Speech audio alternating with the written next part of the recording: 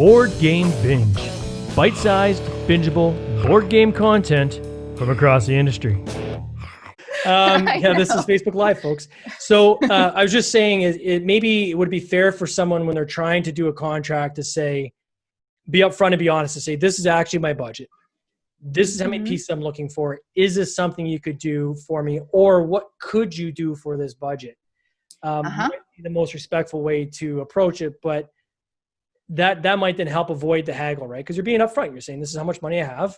And it may not work. You might say, well, I can't really do for that. And then that's fine. There's no kind of hard feelings.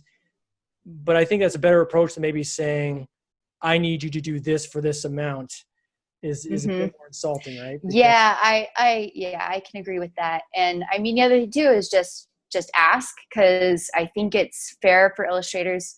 Like for me, when I get an inquiry, hey, can I get a price estimate? Sure, I'm happy to give you an estimate.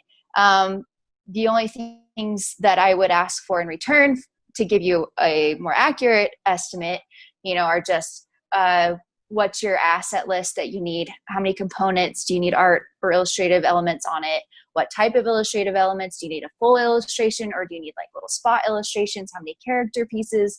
Do you need splash art for promotional purposes, and or do you just need a game board or a box art, or any of those things? I just need a list, and they're rough sizes, and it doesn't have to be exactly right. Just roughly, it's their playing card size cards, or their bigger size cards, or the game board is about 16 by 16 or something. Just stuff like that.